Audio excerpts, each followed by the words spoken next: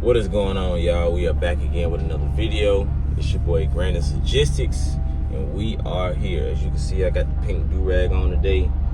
I'm wearing my girl do-rag. My other do-rag it's in the washing machine, so bear with me. Anyway, man, I just wanted to touch on, you know what I'm saying, like I said in my very first video, just shifting your mindset. You know, that's very important in this business because this business is very lucrative. However, it is very, very much so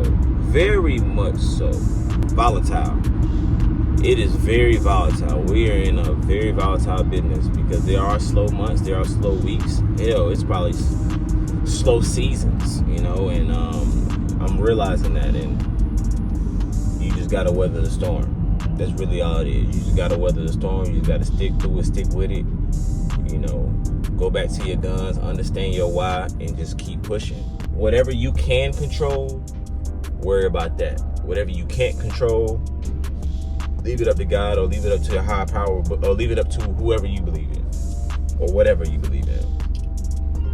Like, for an example, like about a week ago, I had a delivery going from Gulfstream in Savannah to Southwest Airlines in Jacksonville, Florida. And the pickup was around 6, but I didn't get there until 6:30, 6:45, just messing around, not prioritizing it, just messing around. So when I got there, Savannah to Jacksonville is about 2 hours. It's about a 2-hour drive. Like I said, I didn't prioritize getting there on time. I didn't, for some reason, I just didn't. But my delivery time was 5:45 a.m. the next day. So I could pick it up and drop it off whenever. I just had to drop it off before 5:45. But Southwest Airlines closed at 9 p.m. And I knew that. I knew that from the jump. So my idea was to just pick it up and just drop it off the same day. That way I don't have to get up in the morning and drive 2 hours to Jacksonville, Florida. Now stay with me now, because the story, it takes a turn. On this particular day, like I said, I got there around 6:30-ish, 6:45, and then there was something wrong with my order. So I ended up leaving there around like 6:30 something. 6:30, I ended up leaving. So mind you, I got a 2-hour drive. So 2 hours, 6:30, I'll get there at 8, you know, around 8:30 something. And they close at 9. So I'm leaving, I'm driving. I ended up calling my dad. I ended up talking to him. We actually talking about something serious, you know. I'm talking to my dad, and I see my gas light turn on, saying that I got low fuel. So, you know, I brushed it off. You know how people do, you know. I know my car, I know my van. We all good. What a whoop. So I'm still driving, you know. And I was driving for a minute. I was driving for about an hour and some change, you know what I'm saying? And all of a sudden, my truck stopped. It stopped right on the exit. So luckily, I was close enough to a gas station. However, I still had to get out and walk, and I didn't have my jacket on at the time, and it was cold, and it was just super inconvenient. So I did what I had to do. You know what I mean? I did exactly what I had to do. I ended up getting out my van and walking to the gas station. And I ended up having to run to the gas station because I'm looking at my directions and I'm looking at the time because they closed at 9, Southwest Airlines. But, you know, I still got to walk. I still got to buy the gas. I still got to, you know, run all the way back with the gas, fill my tank up the best I can, go to the gas station and actually fill up. You know what I'm saying? But I ended up running out of gas about 30 minutes away from the actual airport. But stay with me. So all that happened, I finally get the gas, and mind you, I'm still on the phone with my dad. Like, he don't know anything that's going on. He's just like, damn, I can barely hear you. Whole time, it's trucks going by, it's 18-wheel. I'm on the highway, like I'm literally running on the highway. I muted myself a couple times while he was talking and stuff, and he don't even know what I'm doing.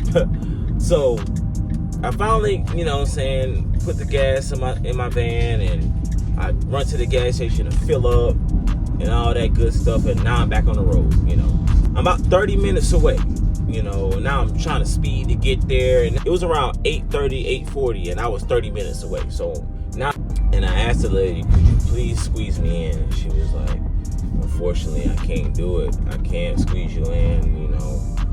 Everybody is everybody from Southwest is leaving, and we can't even process you. We don't even have the paperwork to do it right now. I was like, you know what? I understand, cool. And I wasn't butthurt about it. Like, it wasn't like I was pissed or like I was, oh my God, like, you could have, like, no, it was just like, damn, like, I should have prioritized getting gas. I should have prioritized leaving earlier. I should have prioritized bringing a jacket. I should have prioritized, hey, I'm going to pick this up at 6 and drop this off at 8 or 8:30. You know what I mean? Because I had the time and I already knew, and I had control over that. It wasn't something that I was mad about or I was pissed off about, only because I knew I had control over it. Like, I could have easily said, hey, Dad, let me call you back. Let me go get some gas. Hey, Dad, can I call you later? Let me do this. And it's just like, sometimes you got to learn to tell people no. Even though it wasn't my dad's fault at all, I just know that I was so distracted on the conversation that we was having that I did not prioritize my van. You know what I mean? And because of that, it cost me not only gas, but sleep. Because when I left, I asked the lady, hey, what time you guys open in the morning? She said 5:30. Mind you, I had to tender it, which means I had to drop it off at 5:45, by 5:45, meaning that I had to go back home another 2 hours back home, which is 11 o'clock. I got home. Then I had to get 3 hours of sleep to get up at 2 so I can drive 2 hours and get there at 4.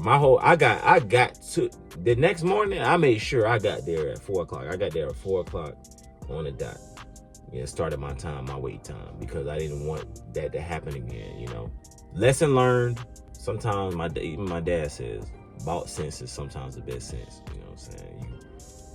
You know what I'm saying? If it costs you some money, you definitely gonna take it more serious, and definitely you're gonna take it into consideration for sure.